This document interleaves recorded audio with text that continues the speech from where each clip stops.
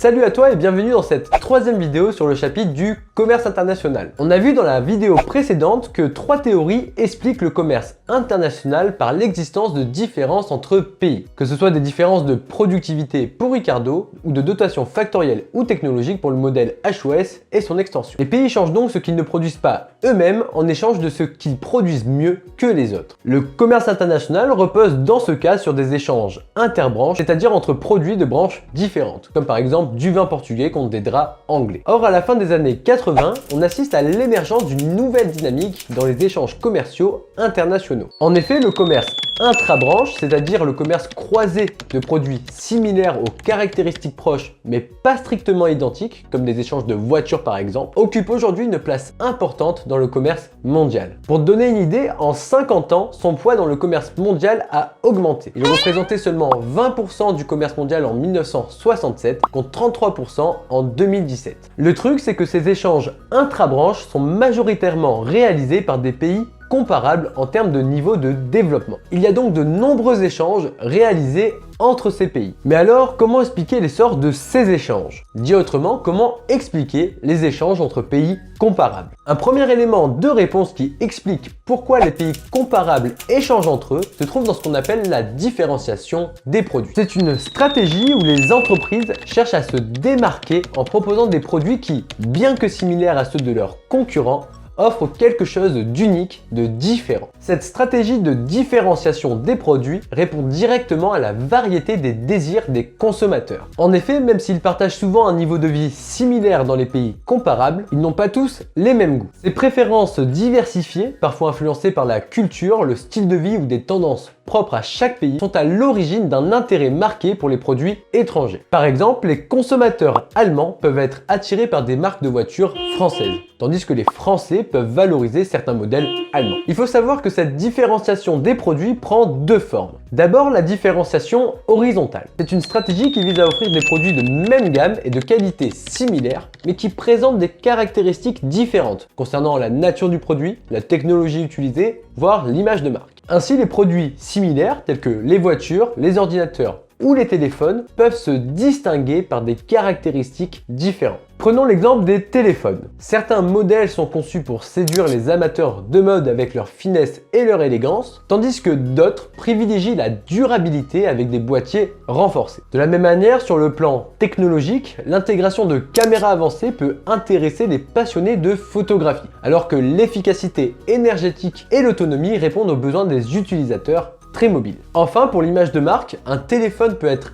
associé à des célébrités ou des influenceurs afin d'attirer un public jeune, ou bien être associé à un engagement éco-responsable pour séduire les consommateurs soucieux de l'environnement. Et c'est cette recherche de diversité de la part des consommateurs qui va pousser des pays comparables à échanger entre eux. Ce n'est d'ailleurs pas pour rien que l'Allemagne est le premier partenaire commercial de la France. En effet, selon l'INSEE, les exportations françaises vers l'Allemagne représentent 80,6 milliards d'euros et les importations de produits allemands en France sont d'un montant de 92,8 milliards d'euros en 2022. Ensuite, la deuxième forme de différenciation, c'est la différenciation verticale. C'est une stratégie, cette fois, qui consiste à offrir des produits de gamme et de qualité différentes. Ainsi, les produits échangés entre pays comparables se différencient par leur positionnement en termes de qualité et plus selon leurs caractéristiques. Un même type de produit peut donc être disponible en version bas, moyen ou haut de gamme et répondre aux attentes variées des consommateurs selon leur pouvoir d'achat et leurs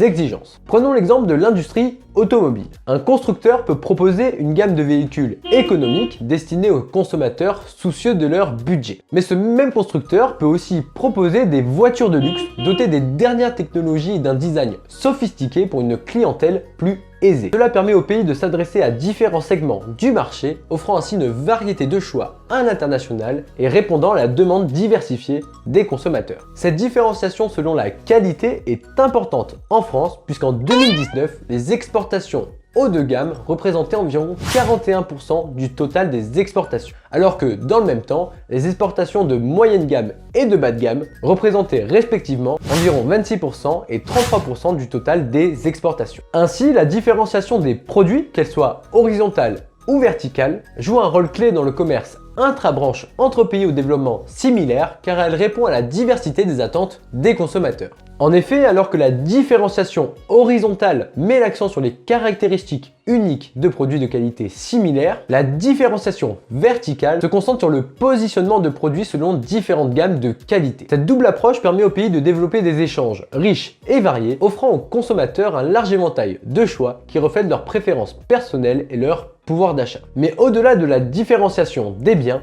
un autre phénomène a stimulé les échanges intra-branches entre pays comparables. Il s'agit de la fragmentation des chaînes de valeur. Le commerce intra-branche ne concerne pas uniquement les échanges internationaux de biens finaux, comme des voitures, des fours, etc. Il concerne également le commerce de biens intermédiaires, c'est-à-dire des produits semi-finis qui feront l'objet de transformations, mais aussi des pièces détachées ou des composants qui feront l'objet d'un assemblage, comme des moteurs, des plaques d'acier, etc. Selon le CEPI, le poids du commerce intra-branche dans le commerce mondial de biens intermédiaire a très fortement augmenté entre 1967 et 2016. En effet, il est passé de 25% à 45% sur la période. Il a donc été multiplié par 1,8. Or, ces échanges internationaux de biens intermédiaires sont une conséquence directe de la fragmentation de la chaîne de valeur. Mais alors, qu'est-ce que c'est? Une chaîne de valeur, c'est une succession d'activités productives exécutées par des entreprises pour ajouter de la valeur lors des diverses étapes de la production. La recherche et développement, la conception, la production, la commercialisation, la distribution, la vente, etc. Lorsqu'on parle de fragmentation de la chaîne de valeur,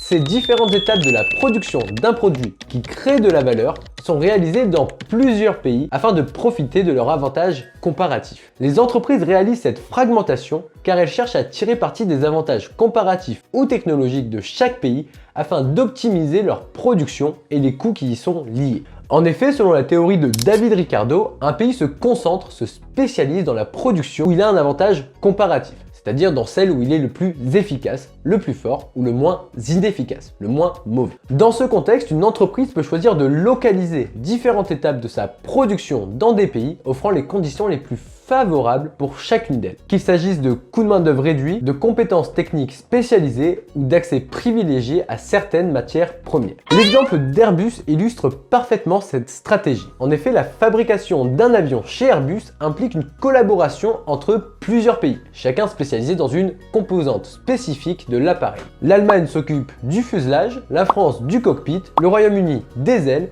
et l'Espagne de l'empennage horizontal. Cette répartition géographique permet à Airbus de bénéficier de l'expertise spécifique et des avantages comparatifs de chaque pays, tout en facilitant les échanges intra-branches de produits semi-finis nécessaires à l'assemblage final de l'avion. Ainsi, la fragmentation de la chaîne de valeur favorise de fait le développement d'échanges intra-branches de biens intermédiaires et donc favorise le commerce entre pays comparables. Ainsi, depuis les années 80, les stratégies des firmes ont joué un rôle crucial dans le développement des échanges intra-branches entre pays comparables. En adaptant leurs offres au désir de diversité des consommateurs à travers la différenciation des produits et en fragmentant leur chaîne de valeur pour profiter des avantages comparatifs spécifiques de chaque pays, les entreprises ont considérablement stimulé ce type de commerce. Ce phénomène met en évidence le rôle crucial des firmes dans les échanges internationaux. Mais cela soulève une question. Est-ce que leur influence ne se limite qu'à ça? Plus généralement, on peut se demander quel rôle jouent véritablement les firmes dans les échanges internationaux. Nous verrons qu'il y en a deux principaux, mais ça sera pour la prochaine vidéo. En tout cas, si cette vidéo t'a plu, n'hésite pas à liker et à t'abonner, et moi je te donne rendez-vous